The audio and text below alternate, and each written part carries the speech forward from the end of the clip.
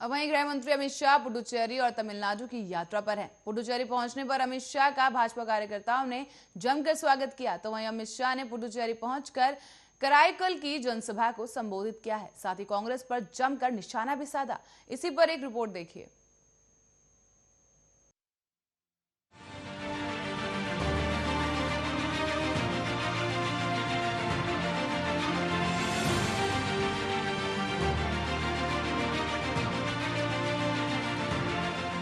गृह मंत्री अमित शाह पुडुचेरी के दौरे पर हैं। उनके पुडुचेरी पहुंचने पर जनता ने उनका जोरदार से स्वागत किया। वहीं अमित शाह ने पुडुचेरी पहुंचकर कराईकल की जनसभा को संबोधित किया। संबोधन के दौरान अमित शाह ने कांग्रेस पर जमकर हमला बोला। गृह मंत्री ने कहा कि नारायणसामी की सरकार ने केंद्र शासित प्रदेश में भ्रष्टाचार की गंगा बहाने का काम किया। उन्होंने कहा कि 15,000 करोड़ रुपए भारत सरकार ने यहाँ के विकास के लिए भेजे। उन्होंने जनता से पूछा कि आपके गांव में ये पैसा आया।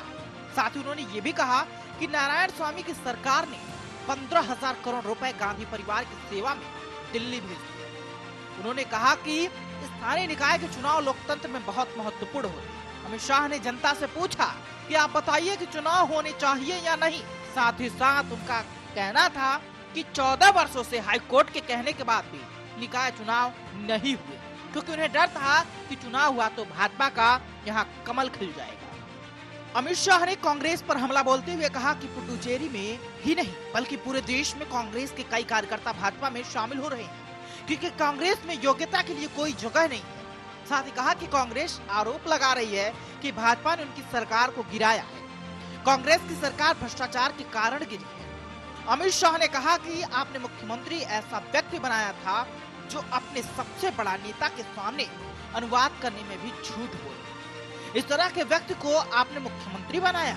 उनकी नजर पुडुचेरी के विकास के लिए नहीं उठी, गांधी परिवार की सेवा करने और चरण स्पर्श करने में ही उनका ध्यान रहता था। अमित शाह ने कहा कि कांग्रेस पार्टी वंशवाद और परिवारवाद के कारण केवल पुडुचेरी में ही नहीं पूरे देश में बिखर रही है। वहीं जनता को संबोधन के दौरान अमित शाह ने राहुल गांधी पर निशाना साधते हुए कहा कि कुछ दिन पहले राहुल गांधी ने पूछा था कि मत्स्य विभाग क्यों नहीं है। शाह ने कहा कि मैं लोगों से जानना चाहता हूं कि क्या वो ऐसा नेता चुनना चाहते हैं जो यह न जानता है कि मत्स्य विभाग 2 वर्षों से अस्तित्व में है।